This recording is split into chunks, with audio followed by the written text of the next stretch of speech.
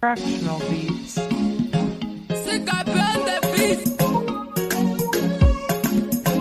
Anki-Fire, DJ Sika P. Auze kuti ngoma tindorova ma-AP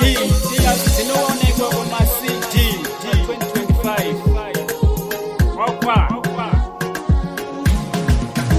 Yananga ndiudza kuti achada kutamba nevavengi vake muupenyu wake inake ndakazvisiya kana ndichada kutamba nemaene muupenyu wake Yananga ndiudza kuti achada kutamba nevavengi vake muupenyu wake inake ndakazvisiya kana ndichada kutamba nemaene muupenyu wake ngati zviri nane kutamba ndiri ndega kana kucha ndichacha ndiri ndega chero mabasa ndichashanda ndiri ndega nekuti vanhu ava enda vasipo ndikatamba tsoro ndakuda kubuda popo maenemi aya kumira ari hopo vese vandaitemba enda vasipo ndikada kupinda ndivo vanofara to Yananga ndiudza kuti achada kutamba nevavengi vake muupenyu wake inake ndakazvisiya kana ndichada kutamba nemaene muupenyu wake Yananga ndiudza kuti achada kutamba nevavengi vake muupenyu wake inake ndakazvisiya kana ndichada kutamba nemaene muupenyu wake vari kunditeverera kumashure kwangu vechitaura nezita rangu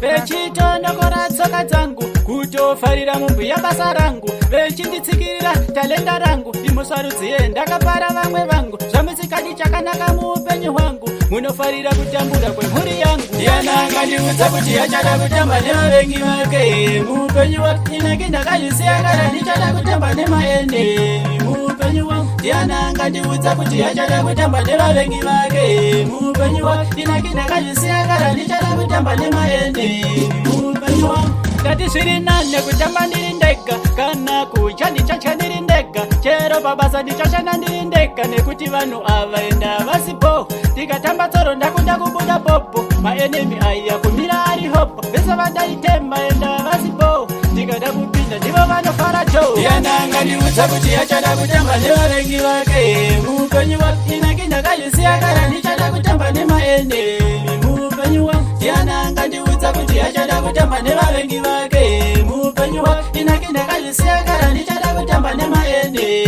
muupenyu wake vari kunditeverera kumashure kwangu vechitaura nezita rangu vechitondokora tsoka dzangu kutofarira mumbuya basa rangu vechinditsikirira talenda rangu imusarudziye ndakapara vamwe vangu zvamusikadi chakanaka muupenyu hwangu munofarira kutambura kwemhuri yangu Yananga ndiudza kuti achada kutamba nevavengi vake muupenyu wake inake ndakazvisiya kana ndichada kutamba nemaene muupenyu wake Yananga ndiudza kuti achada kutamba nevavengi vake muupenyu wake inake ndakazvisiya kana ndichada kutamba nemaene muupenyu wake This is DJ Sika B on the mix.